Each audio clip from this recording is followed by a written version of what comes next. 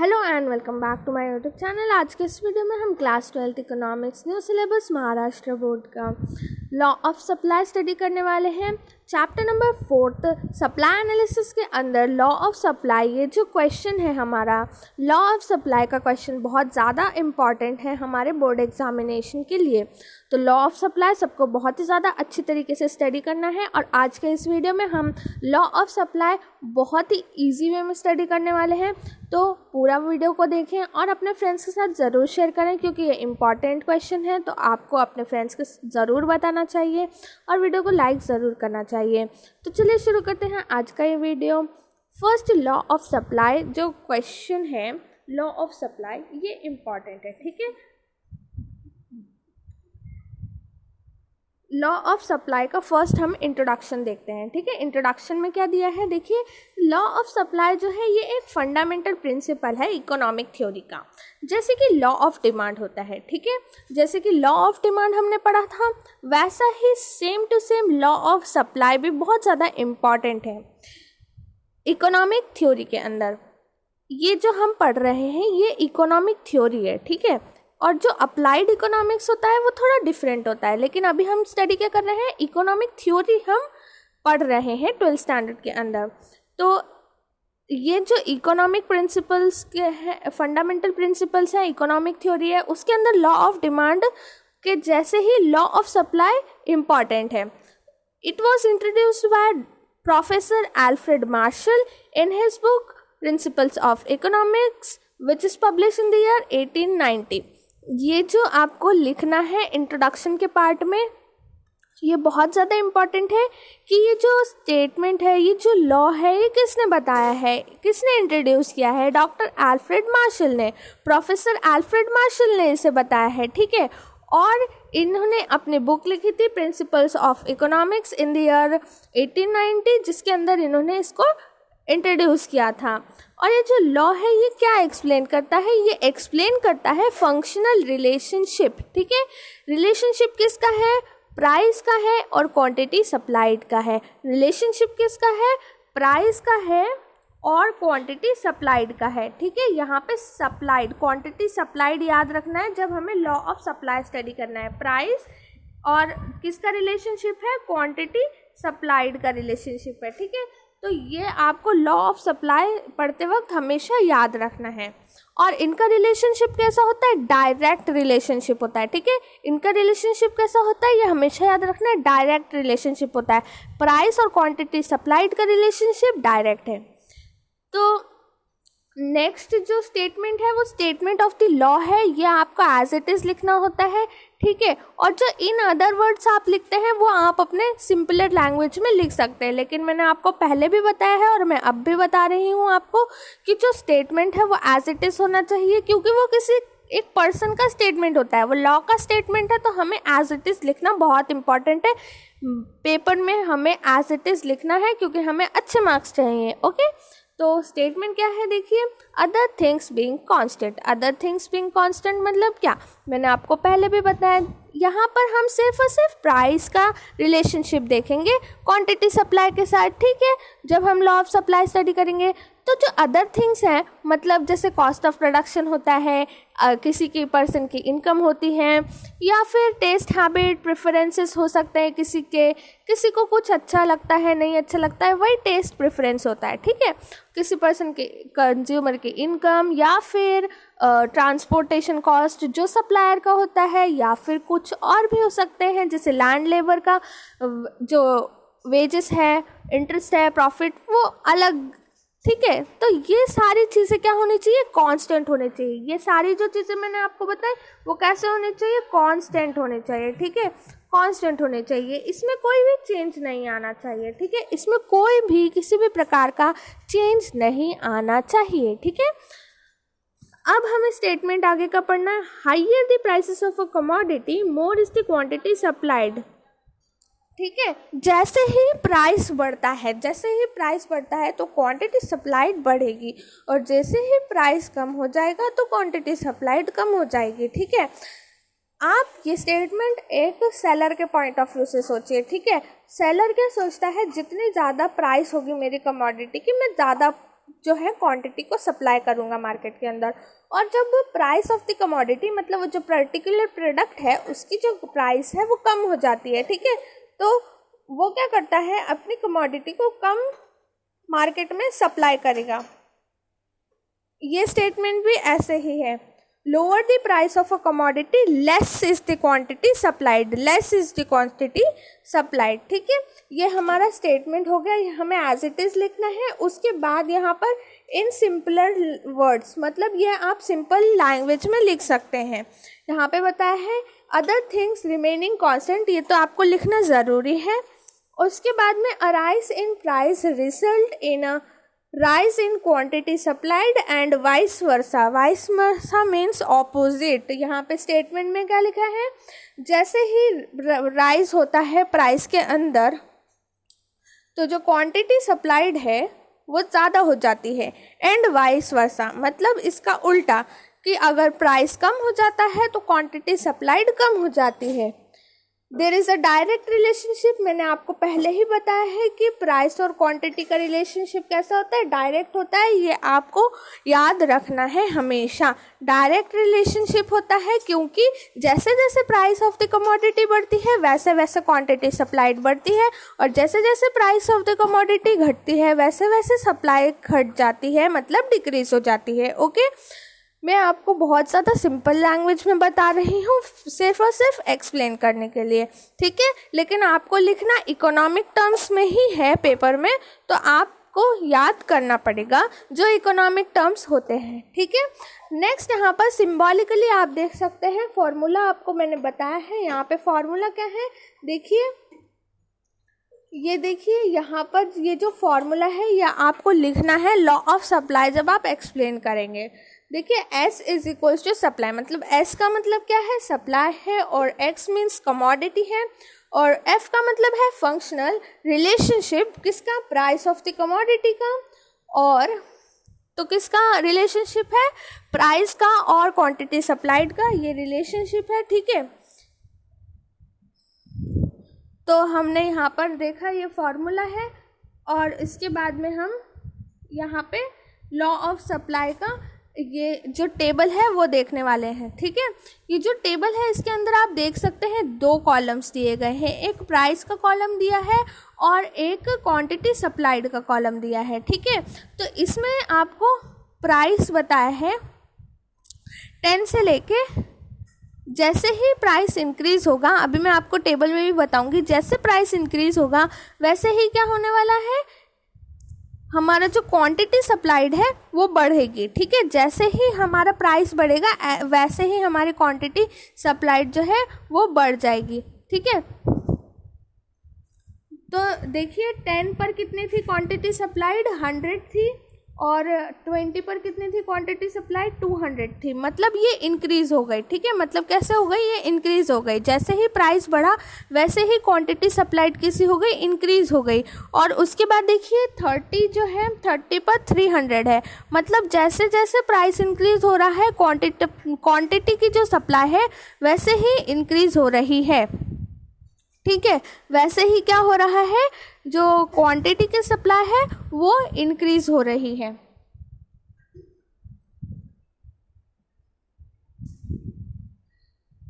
ये देखिए यहाँ पे जैसे ही क्वांटिटी की जो प्राइस है वो बढ़ रही है, 20 से 50 हो रही है लास्ट में, देखिए तो वैसे ही क्या हो गया, क्वांटिटी सप्लाई 200 से 500 हो गई।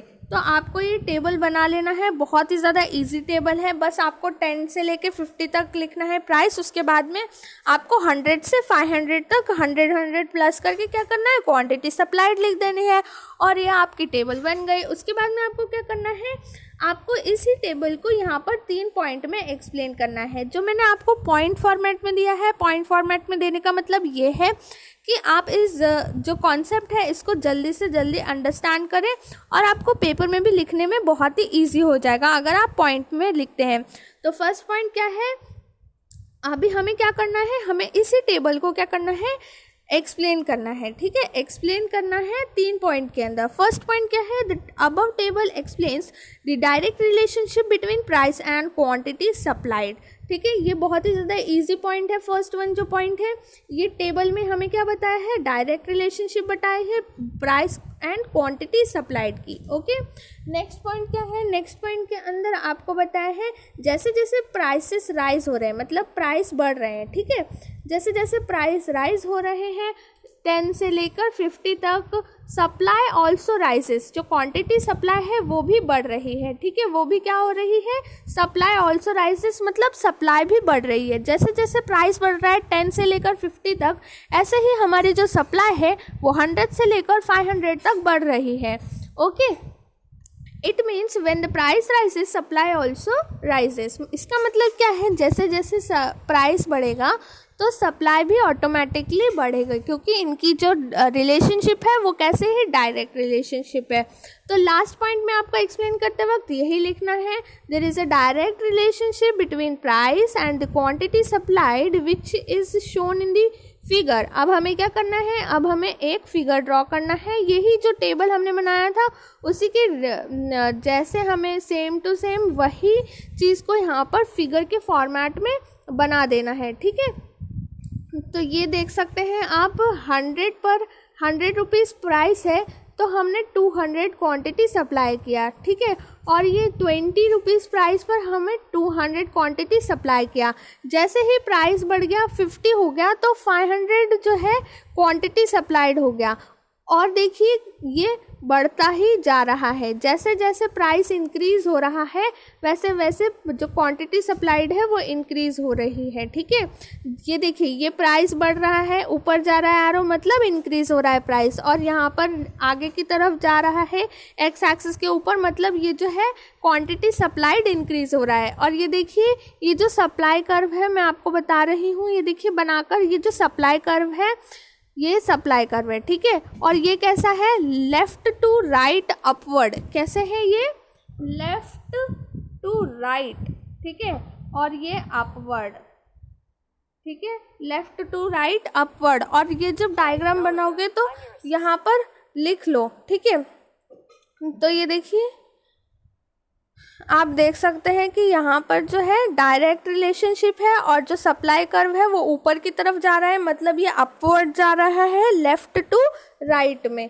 ये इम्पॉर्टेंट है, या आपको याद रखना है, ठीक है, जब लॉ ऑफ सप्लाई स्टडी करेंगे। उसके बाद क्या करना है, उसके बाद में आपको इसी डायग्राम जो आपने बनाए हैं इसको एक्सप्लेन कर देना है। In the above figure x axis पे रिप्रेजेंट किया है क्वांटिटी सप्लाइड को, और वाई एक्सिस पे रिप्रेजेंट किया है price of the quantity supplied को, ठीक है। फर्स्ट पॉइंट हमारा हो गया। नेक्स्ट सेकंड पॉइंट में लिखना है supply curve S S slopes upward from left to right which has a positive slope, ठीक है, ये वाला इम्पॉर्टेंट है, पॉजिटिव स्लोप। और तो मैंने आपको एक्सप्लेन किया है कि वो अपवर्ड है लेफ्ट से राइट की तरफ, ठीक है, और ये पॉजिटिव स्लोप भी है, ठीक है। ये कैसी स्लोप है, पॉजिटिव स्लोप है। अगर क्वेश्चन आते हैं जो सप्लाई कर्व जो है, सप्लाई की जो स्लोप है वो कैसी है, तो ये पॉजिटिव स्लोप है, ठीक है। और ये इंडिकेट करती है direct relationship between price and quantity demanded, ठीक है। ये क्या है, इंडिकेट करती है direct relationship between price and quantity demanded. उसके बाद में हमें क्या करना है, हमें यहाँ पर अगर क्वेश्चन में पूछा है अजम्पशन तो हमें अजम्पशन एक्सप्लेन करने हैं, और अदरवाइज एक्सेप्शंस भी पूछते हैं एग्ज़ाम में, तो अकॉर्डिंग टू क्वेश्चन हमें आंसर करना है। तो आज हम अजम्पशंस सीखेंगे, ठीक है, और नेक्स्ट वीडियो में हम एक्सेप्शन सीखने वाले हैं। अजम्पशंस देखिए बहुत सारे अजम्पशंस के पॉइंट है।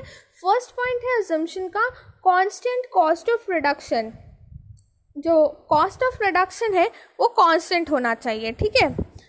एक सेलर जब एक प्रोडक्ट बना रहा है तो उसका कॉस्ट ऑफ प्रोडक्शन कांस्टेंट होना चाहिए, उसमें किसी भी प्रकार का चेंज नहीं आना चाहिए, नो चेंज, ठीक है।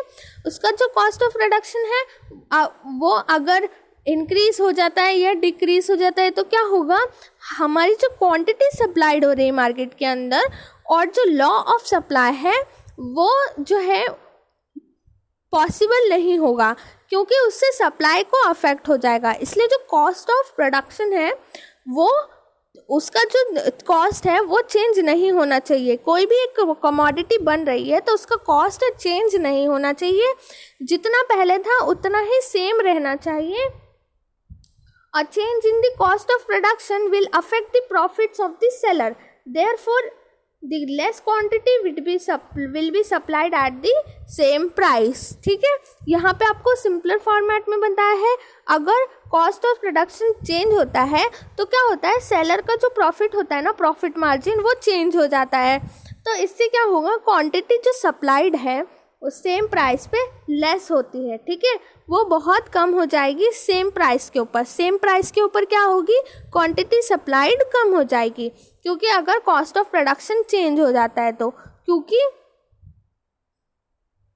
सेलर के प्रॉफिट मार्जिन को अफेक्ट होता है, इसलिए जो क्वांटिटी सप्लाइड है वो लेस हो जाती है। वो कैसे हो जाती है, लेस हो जाती है, ये हमेशा याद रखना। ठीक है, नेक्स्ट पॉइंट है कांस्टेंट टेक्निक ऑफ प्रोडक्शन।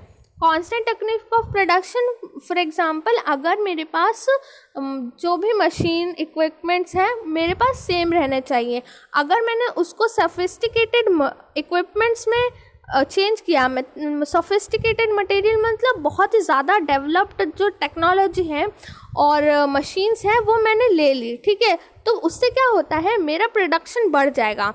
तो मैं क्या करूँगी, मेरा जब प्रोडक्शन बढ़ जाएगा तो मैं सेम प्राइस के ऊपर, फॉर एग्जांपल सेम प्राइस के ऊपर मैं ज़्यादा क्वांटिटी सप्लाइड करूँगी। ठीक है, फॉर एग्जांपल मैं पहले 100 रुपीज़ में 10 क्वांटिटीज़ बनाती थी और 10 क्वांटिटीज़ सप्लाई करती थी, लेकिन अभी क्या हो गया है, मेरे पास बहुत सारी अच्छी अच्छी मशीनें आ गई हैं, तो क्या होगा, मेरा जो क्वांटिटी का जो ये है बढ़ जाएगा। ठीक है, प्रोडक्शन बढ़ जाएगा। फॉर एग्जांपल पहले मैं 100 में 10 बनाती थी, तो अब मैं 100 में 20 बनाती हूँ। ठीक है, पहले मैं 100 पे 10 बनाती थी और अब क्या कर रही हूँ, क्योंकि मेरी मशीन इक्विपमेंट्स बढ़ गए हैं तो 20 हो रही है मेरा प्रोडक्शन। तो अब क्या होगा, ऑटोमेटिकली सप्लाई इंक्रीज हो जाएगी। लेकिन ऐसा नहीं होना चाहिए, मेरी जो पहले वाली मशीन है मुझे वही यूज़ करनी है, इसलिए यहाँ पर लिखा है टेक्निक ऑफ प्रोडक्शन कांस्टेंट होना चाहिए। टेक्निक ऑफ प्रोडक्शन कैसा होना चाहिए, कांस्टेंट होना चाहिए, उसमें कोई भी चेंज नहीं आना चाहिए। It is also assumed that the technique of production does not change, मतलब उसमें कोई भी चेंज नहीं आना चाहिए। और मुझे इम्प्रूव टेक्नोलॉजी का भी जो है यूज़ नहीं करना चाहिए अपने प्रोडक्शन के लिए। ठीक है, जैसे मैंने आपको पहले एग्जांपल बताया, ऐसा मुझे नहीं करना चाहिए। मुझे मशीन्स को इम्प्रूव्ड नहीं करना चाहिए, क्योंकि लॉ ऑफ सप्लाई के अंदर हम अजम्पशन में क्या पढ़ रहे हैं, कांस्टेंट टेक्निक ऑफ प्रोडक्शन। तो हमें नई मशीन्स नहीं लेनी है अभी, क्योंकि यहाँ पर जो है अगर हमने ले ली टेक्निक ऑफ प्रोडक्शन को इम्प्रूव किया तो क्या होगा, हमारा प्रोडक्शन बढ़ेगा और हमारी जो सप्लाई है उसको अफेक्ट होगा। तो हमें ऐसा नहीं करना है। ठीक है, यहाँ पर कांस्टेंट ही रहना चाहिए हमारा टेक्निक ऑफ प्रोडक्शन। नेक्स्ट जो है पॉइंट है वो no change in weather condition. ठीक है, वेदर कंडीशन के अंदर कोई भी चेंज नहीं आना चाहिए, वेदर कंडीशन के अंदर चेंज नहीं आना चाहिए। ठीक है, जैसे नेचुरल कैलामिटीज़ हो जाती हैं, फॉर एग्जांपल फ्लड्स आ जाते हैं, अर्थक्वेक आ जाता है, तो वेदर कंडीशंस जो है वो कांस्टेंट रहनी चाहिए। लेकिन ये ह्यूमंस के हाथ में नहीं होता है। ठीक है, लेकिन हम लॉ ऑफ सप्लाई के अंदर अजम्पशन पढ़ रहे हैं, मतलब ये अजम्पशन होते हैं। ठीक है, ऐसा हम मान के चलते हैं, ऐसा हम क्या करते हैं, सोच के चलते हैं, हम मान के चलते हैं, अजम्पशन यही होते हैं। ठीक है, लेकिन रियल लाइफ में थोड़ा अलग होता है अजम्पशन का। तो फिर भी यहाँ पे बताया है कि जो वेदर कंडीशंस हैं वो सेम रहना चाहिए, वो चेंज नहीं होने चाहिए। अगर फॉर एग्जांपल नेचुरल कैलामिटीज़ आ जाती हैं तो क्या होता है, क्रॉप फेलियर हो जाता है, तो मार्केट में प्रोडक्शन नहीं आ पाता है, प्रोडक्शन नहीं हो पाता है और सप्लाई जो है वो डिक्रीज़ हो जाती है ऑटोमेटिकली। तो अगर एक नेचुरल कैलामिटी ऑकर होती है हमारे एरिया में तो क्या होगा, क्रॉप फेलियर हो जाता है और प्रोडक्शन कम हो जाती है, जिसकी वजह से क्वांटिटी सप्लाई बहुत कम हो जाती है। आप कितने भी ज़्यादा प्राइसेस कर लो, ठीक है, आप कितने भी ज़्यादा प्राइसेस कर लो, लेकिन क्वांटिटी सप्लाइड ज़्यादा नहीं हो सकती। बात को समझिए, क्वांटिटी सप्लाइड ज़्यादा नहीं हो सकती। क्यों नहीं हो सकती, क्योंकि नेचुरल कैलामिटी की वजह से क्रॉप फेलियर हो चुका है, तो क्या होगा, ज़्यादा प्राइसेस पे भी क्वांटिटी सप्लाइड नहीं होगी। इसीलिए बोला गया है कि वेदर कंडीशंस को चेंज नहीं होना चाहिए, no change in weather condition. Weather condition में कोई भी चेंज नहीं आना चाहिए। अगर ऐसा होता है, अगर ऐसा होगा तो क्या होगा, हमारी जो सप्लाई, क्वांटिटी सप्लाई है वो बहुत ज़्यादा अफेक्ट हो जाएगी, इन्फ्लुएंस हो जाएगी, ठीक है। तो वेदर कंडीशन में ऐसा नहीं होना चाहिए। अब हम नेक्स्ट पॉइंट स्टडी करते हैं, फोर्थ वाला, no change in government policies.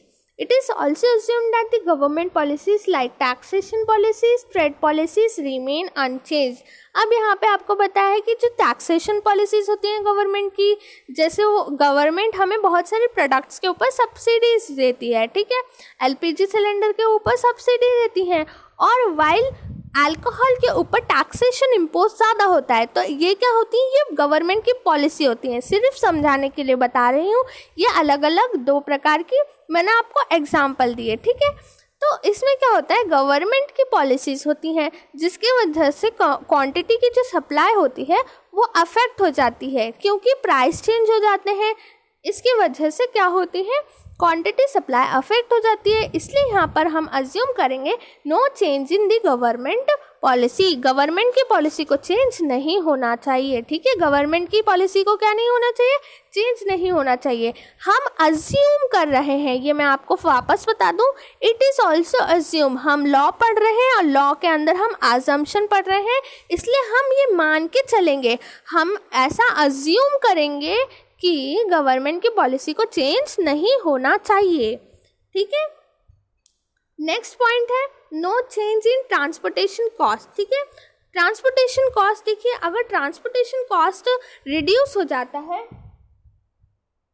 अगर ट्रांसपोर्टेशन कॉस्ट रिड्यूस हो जाता है तो क्या होता है, क्वांटिटी सप्लाई को अफेक्ट होता है। फॉर एग्जांपल, अगर ट्रांसपोर्टेशन कॉस्ट कम हो जाएगा तो सेलर क्या करेगा, जो सप्लाई करेगा वो ज़्यादा करेगा, क्योंकि उसका जो प्राइस है वो कम हो गया है, ठीक है। लेकिन लॉ ऑफ सप्लाई में ऐसा नहीं होता है, ठीक है। जैसे प्राइस बढ़ता है क्वांटिटी सप्लाइड बढ़ती है, लेकिन यहाँ पे क्या होगा, अगर ट्रांसपोर्टेशन कॉस्ट कम हो जाता है, रिड्यूस हो जाता है, तो क्या होता है, वो जो पर्सन, जो सेलर है ना, उसका कम लग रहा है भाड़ा। मतलब देखो, एक मैं आपको समझाने के लिए बता रही हूँ, एक सेलर है, उसको अपना क्वांटिटी सप्लाई करना है किसी अलग एरिया में, तो उसका जो टेम्पो का जो रेंट होता है, जो टेम्पो का भाड़ा होता है वो कम है, कम लग रहा है उसको, तो वो क्या करेगा, ज़्यादा क्वांटिटी सप्लाई कर देगा एट द सेम प्राइस, ठीक है, एट द सेम प्राइस। ये अच्छे से याद रखो, मैं जो बता रही हूँ, एट द सेम प्राइस वो क्या करेगा, ज़्यादा क्वांटिटी को सप्लाई कर देगा। लेकिन ऐसा नहीं होना चाहिए, क्योंकि हम लॉ ऑफ सप्लाई के अंदर अजम्पशन पढ़ रहे हैं। लॉ ऑफ सप्लाई क्या बोलता है, प्राइस इंक्रीज होगा तो ही क्वांटिटी सप्लाई इंक्रीज होगा। तो लेकिन जो सेलर है वो ऐसा नहीं कर रहा है, यहाँ पे वो क्या कर रहा है, अगर ट्रांसपोर्टेशन कॉस्ट कम हो जाएगा तो वो क्या करेगा, वही सेम प्राइस पे क्वांटिटी ज़्यादा सप्लाई करेगा। लेकिन ऐसा नहीं होना चाहिए, ठीक है, इसलिए ऐसा नहीं होना चाहिए। इससे का मतलब क्या है, ट्रांसपोर्टेशन का कॉस्ट जितना था 100 था तो 100 ही लगना चाहिए, ठीक है। अगर 100 रुपीज़ ट्रांसपोर्टेशन कॉस्ट है तो 100 ही लगना चाहिए, रिड्यूस नहीं होना चाहिए, इंक्रीज भी नहीं होना चाहिए, दोनों भी नहीं होना चाहिए, इंक्रीज भी नहीं होना चाहिए, डिक्रीज भी नहीं होना चाहिए, कांस्टेंट होना चाहिए, 100 का 100 ही रहना चाहिए। For example, better transportation facility increases supply at the same price, ठीक है। अगर बेटर ट्रांसपोर्टेशन फैसिलिटीज़ हैं तो क्या होता है, supply at the same price increase हो जाती है। लेकिन ऐसा नहीं करना है, इसके लिए यहाँ पे चेंज नहीं होना चाहिए ट्रांसपोर्टेशन कॉस्ट के अंदर। वापस से सुन लो, ट्रांसपोर्टेशन का कॉस्ट नहीं बढ़ना नहीं चाहिए, घटना भी नहीं चाहिए, क्योंकि हम लॉ ऑफ सप्लाई के अजम्पशन पढ़ रहे हैं। लास्ट यहाँ पे 2 पॉइंट बचे हैं। 6th वन पॉइंट है, prices of the other goods remain constant. Other goods मतलब कॉम्प्लीमेंट्री गुड्स भी हो सकते हैं, और यहाँ पे हमारे सब्स्टिट्यूट प्रोडक्ट्स भी हो सकते हैं। तो इनकी जो प्राइस है वो इंक्रीज या फिर डिक्रीज नहीं होने चाहिए। Prices of the other goods are assumed to remain constant. If they change, the law of supply may not hold true because producer may transfer resources to other products, मतलब यहाँ पे देखिए prices of the other goods remain constant, मतलब जो other products हैं वो उनका जो प्राइस है वो इंक्रीज डिक्रीज नहीं होना चाहिए। अगर उनका जो है जो प्राइस इंक्रीज डिक्रीज या फिर चेंज होता है तो लॉ ऑफ सप्लाई जो है वो नहीं अप्लाई हो सकता है, मे नॉट होल्ड ट्रू, क्योंकि अगर ऐसा होगा तो क्या होगा, प्रोड्यूसर क्या करेगा, अपना ट्रांसफ़र करेगा रिसोर्सेस टू अदर प्रोडक्ट्स, तो इसलिए ऐसा नहीं होना चाहिए। ठीक है, अगर हमें लॉ ऑफ सप्लाई को अच्छे से स्टडी करना है तो क्या होना चाहिए, हमारा जो प्राइसेस है अदर गुड्स का, मतलब सब्सटीट्यूट गुड्स का और कॉम्प्लीमेंट्री गुड्स का, वो चेंज नहीं होना चाहिए। ठीक है, वो चेंज नहीं होना चाहिए, कांस्टेंट रहना चाहिए, उसके प्राइसेस बढ़ने नहीं चाहिए, उसके प्राइसेस घटने नहीं चाहिए। किसके नहीं घटने बढ़ने चाहिए, अदर प्रोडक्ट्स के। ठीक है, अदर प्रोडक्ट्स मतलब कॉम्प्लीमेंट्री प्रोडक्ट्स और सब्सटीट्यूट प्रोडक्ट्स, ये दोनों के इंक्रीज डिक्रीज नहीं होने चाहिए। लास्ट पॉइंट है नो फ्यूचर एक्सपेक्टेशंस। इसमें क्या होगा, यहाँ पे seller do not expect future changes in the price of the product. यहाँ पे बताया है कि लॉ ऐसा अज्यूम करके चलेगा कि जो सेलर्स है उनके जो एक्सपेक्टेशन है फ्यूचर चेंज में, जो प्राइस हो रहा है, प्राइस में जो चेंज आएगा फ्यूचर में, ऐसा नहीं होना चाहिए। क्योंकि अगर एक सेलर ऐसा सोचेगा तो वो क्या करता है, अगर वो सेलर सोचेगा कि फ्यूचर में जो कमोडिटी है उसके जो प्राइसेस हैं वो बढ़ने वाले हैं, ठीक है, फ्यूचर में एक कमोडिटी है उसके प्राइसेस बढ़ने वाले हैं, तो वो सेलर क्या करता है, वो बहुत सारी क्वांटिटी को क्या करता है, होल्ड कर लेता है, मतलब उसके पास रख लेता है और वो मार्केट में नहीं बेचता है। वो क्या नहीं करता है, वो मार्केट में उसको सप्लाई नहीं करता है। तो इसकी वजह से क्या होता है, हमारी जो क्वांटिटी सप्लाइड है उसका अफेक्ट होता है। ठीक है, इसलिए यहाँ पे नो फ्यूचर एक्सपेक्टेशन का एक पॉइंट है कि सेलर को ऐसा नहीं करना है। सेलर को क्या नहीं करना है, ये नहीं सोचना है कि फ्यूचर में जो कमोडिटी है उसका प्राइस बढ़ने वाला है या घटने वाला है, ऐसा कुछ भी नहीं करना है।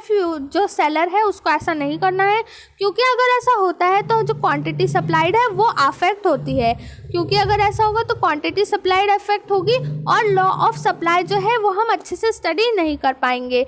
इसलिए क्या करना चाहिए, फ्यूचर एक्सपेक्टेशन नहीं करने चाहिए एक सेलर को, और यहाँ पे हमारे अजम्पशंस कंप्लीट हो जाते हैं। नेक्स्ट वीडियो में हम एक्सेप्शन स्टडी करेंगे। So thank you for watching.